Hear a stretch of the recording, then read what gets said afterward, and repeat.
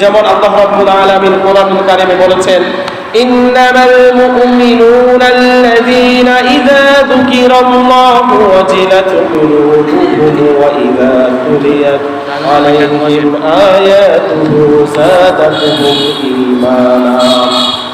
আল্লাহ রাব্বুল আলামিন বলেন, মুমিন তো তারাই হবে, মুমিনদের সামনে যখন কোরআন তেলাওয়াত করা হবে, মুমিনদের হৃদয়গুলো তখন প্রকম্পিত হয়ে যাবে, তাদের ঈমানগুলো বৃদ্ধি পেয়ে যাবে, তাদের কোরআন শ্রবণ করতে ভালো লাগবে, কোরআন শুনতে ভালো লাগবে। যখন কোন মানুষের সামনে যখন কোরআন তেলাওয়াত করা হবে, তখন তাদের ঈমান বৃদ্ধি পেয়ে যাবে, তখন তারা আল্লাহ তাআলার প্রশংসা করবে। জাহিলিয়াতের যুগে যখন রাসূল করিম সাল্লাল্লাহু আলাইহি ওয়াসাল্লাম যখন তার ঘরের মধ্যে কোরআন তেলাওয়াত করত, মক্কার কাফের বড় বড় কাফের আবু জাহেল বা সাইবারা পর্যন্ত রাসূলের কোরআন তেলাওয়াত শোনার জন্য লাইন ধরে সিরিয়াল করে থাকতো না? কোরআন তেলাওয়াত শুনতো না কাফেররা? তাহলে আমরা এমন অবস্থা হয়ে গিয়েছি, কোরআন তেলাওয়াত শুনলেও আমাদের গায়ে মনে হয় আগুন জ্বলে। কোরআন তেলাওয়াত যদি কেউ করে আমরা অসন্তুষ্ট হয়ে যাই। কোরআন তেলাওয়াত নিজেও করি না, বা যদি কেউ করে তার তেলাওয়াত আমার কাছে ভালো লাগে না।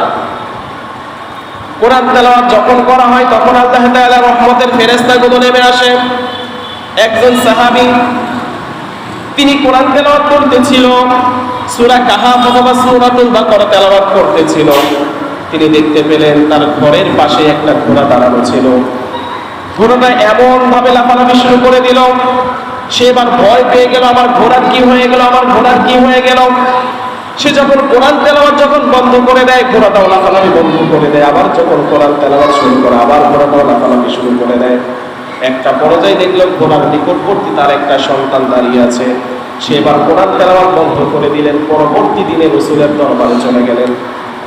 রাসূলকে গিয়ে বললেন, ইয়া রাসূলুল্লাহ, ইয়া হাবিবাল্লাহ, গতকাল আমি যখন কোরআন তেলাওয়াত করতেছিলাম, তখন আমি দেখতে পেলাম আমার ঘোড়াটা এমন ভাবে লাফালাফি শুরু করে দিল, এমন ভাবে লাফালাফি শুরু করলো।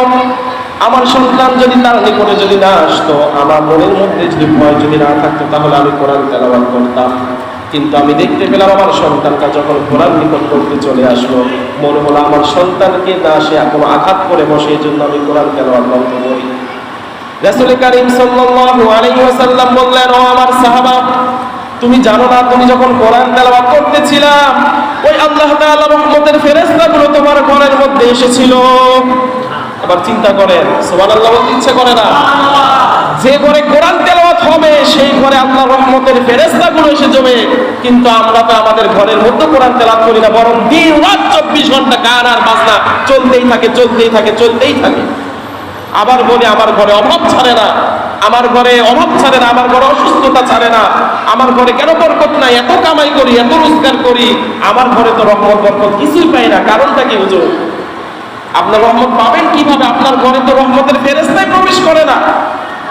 আমাদের ঘরগুলোতে এখন হয়ে গিয়েছে হিন্দুদের ঘর যেমন, আমাদের ঘর হয়ে গেছে তেমন। রমজান মাস আসলে আমরা সব কিছু বাদ দিয়ে কোরআন তেলাওয়াত একটু করি, রমজান শেষ আবার আগের মতো হয়ে যায়। সকাল থেকে শুরু করে রাত 12টা 1টা পর্যন্ত 10টা পর্যন্ত ঘরের মধ্যে নাটক সিনেমা চলতেই থাকে, গান বাজনা চলতেই থাকে। বলে লাভ কি হবে? আমার প্রত্যেকের ঘরের মধ্যে টিভি আছে, প্রত্যেকের ঘরের মধ্যে এগুলো হচ্ছে। বলে লাভ কি যদি আমি নিজে সতর্ক যদি না হই?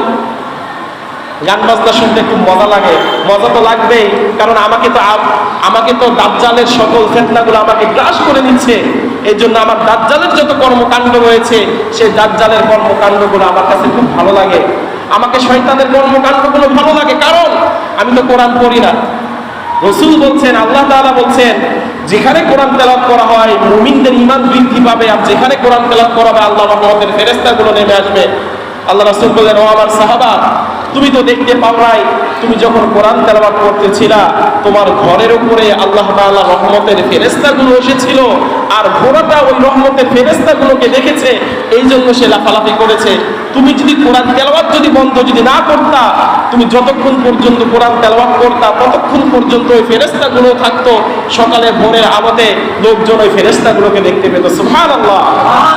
এবার চিন্তা করেন, কোরআন তেলাওয়াত কত মধু, কোরআন তেলাওয়াতে কত বরকত, আর এই কোরআন তেলাওয়াত আমরা করি না।